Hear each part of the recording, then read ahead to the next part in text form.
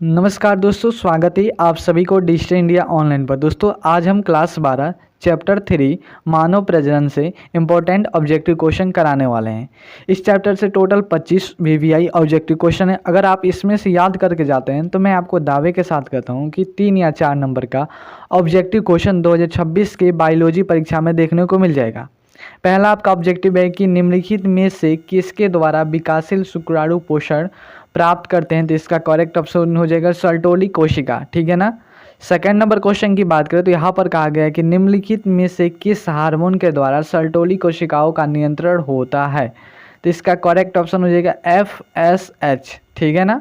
Next number question की बात करें तो यहाँ पर कहा गया है कि निम्नलिखित में से किस स्तर पर भ्रूण का स्थानांतरण फैलोपियन नलिका में किया जाता है।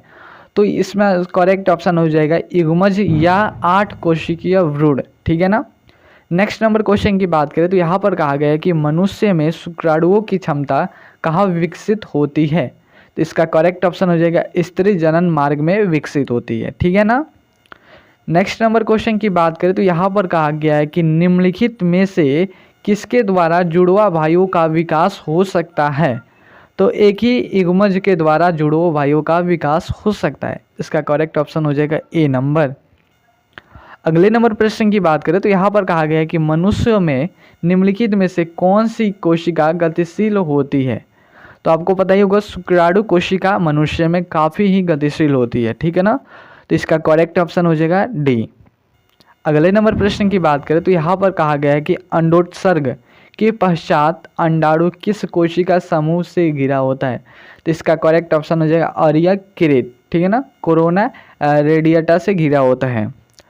8वां नंबर प्रश्न की बात करें तो यहाँ पर कहा गया है कि निम्नलिखित में से कौन कोशिका अगुणित है। अगुणित कोशिका पूछा गया है तो आपको याद रखना पड़ेगा द्वितीयक जो ये कोशिका है, द्वितीयक अंडक, यह एक अगुणित कोशिका है, ठीक है ना। तो ऑप्शन नंबर सी इसका करेक्ट ऑप्शन हो जाएगा। अगले नंबर प्रश्न की बात करें तो यहाँ पर कहा गया है कि सगर्भता के कितने माह के बाद भ्रूण के पाद एवं अंगुलियां विकसित होती है। तो इसका करेक्ट ऑप्शन हो जाएगा 2 महीने के बाद, ठीक है ना। अगले नंबर प्रश्न की बात करें तो यहाँ पर कहा गया है कि निम्नलिखित में से कौन भारी मात्रा में प्रोजेस्टेरोन स्रावित करता है। तो इसका करेक्ट ऑप्शन हो जाएगा पित्तपिंड, ठीक है ना। अगले नंबर प्रश्न की बात करें तो यहाँ पर कहा गया है कि शुक्राणु का संचलन किनके द्वारा होता है।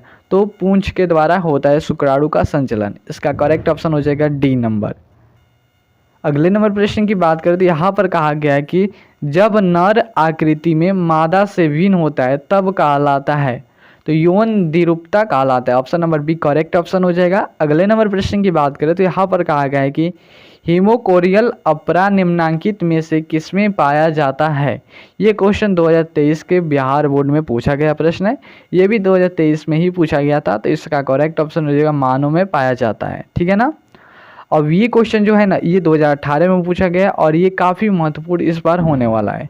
एक स्वस्थ महिला के पूरा जीवन काल में उत्पन्न कुल अंडों की संख्या होती है तो 400 होती है। ऑप्शन नंबर बी इसका करेक्ट ऑप्शन हो जाएगा। अगले नंबर प्रश्न की बात करें तो यहाँ पर कहा गया है कि गैस्ट्रुलेशन वह प्रक्रिया है जिसमें कोशिकीय गतियाँ होती है, ठीक है ना। तो इसका करेक्ट ऑप्शन सी हो जाएगा। नेक्स्ट नंबर क्वेश्चन की बात करें तो यहाँ पर कहा गया है कि स्तनधारियों में निषेचन की क्रिया संपन्न होती है तो फैलोपियन नली में संपन्न होती है। इसका करेक्ट ऑप्शन हो जाएगा सी नंबर।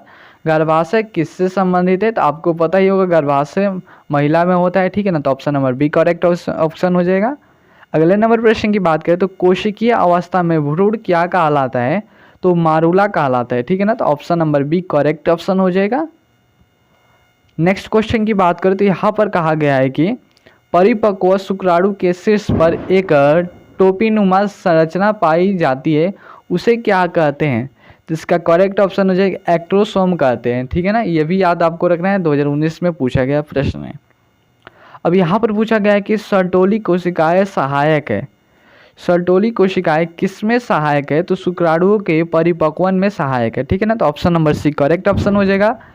अगले नंबर प्रश्न की बात करें तो अंडाणु के भेदने से पूर्व शुक्राणु का परिपक्वन कहलाता है। इसका करेक्ट ऑप्शन हो जाएगा कैपेसिटेशन, ठीक है ना।